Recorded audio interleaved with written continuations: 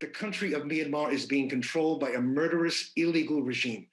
Its current leadership perpetuated the atrocity crimes that are the focus of the charge of genocide before the International Criminal Court of Justice. There is growing evidence that this same Myanmar military, led by the same senior leadership, is now engaging in crimes against humanity, including the acts of murder, enforced disappearance, persecution, torture, and imprisonment in violation of fundamental rules of international law. Azeem Ibrahim, who is the director of the think tank Newlines Institute for Strategy and Policy.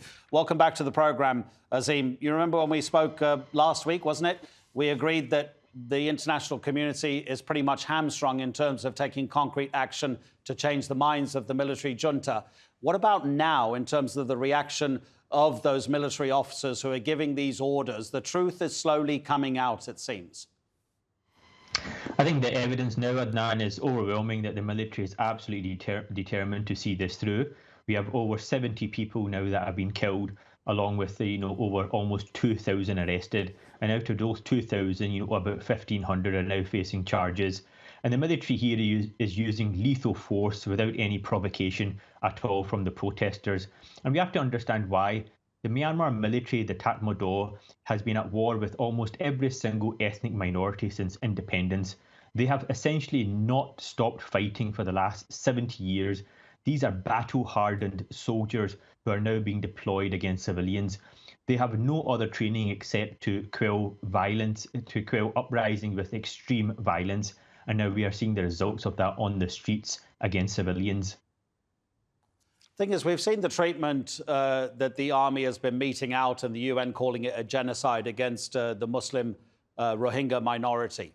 And you're right to point out that, I mean, there's an analysis out there, and you've pretty much alluded to it, that what the army is now doing to the everyday people, the non-ethnic minorities, the majority of Myanmar's people, is what they've been doing to the ethnic minorities for decades. But the thing is, doing it to the people who are not from ethnic minorities, what difference is that going to make in terms of the relationship between the army and the people of Myanmar in the future? I mean, whether that be weeks, months or years, is the army not understanding that, hold on, the people that we're now beating up and killing, it's not the same as what we were doing before?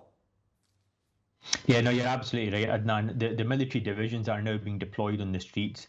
Interestingly, the same divisions that were deployed against the Rohingya, they're known as Division 33, 99 and 77, also called the tip of the spear.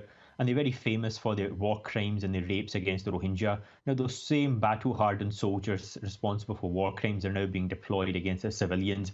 And I think many people in Myanmar who may have in the past accepted and believed some of the propaganda coming out of the military, that they're fighting against Rohingya, who are Muslim terrorists, they're fighting against other ethnic groups, the Kachin, the Karen, the Shan, etc., who are also insurgents, are now beginning to realise that it seems that the military is actually at fault here. It seems that the military is actually the enemy of the people and the enemy of Myanmar.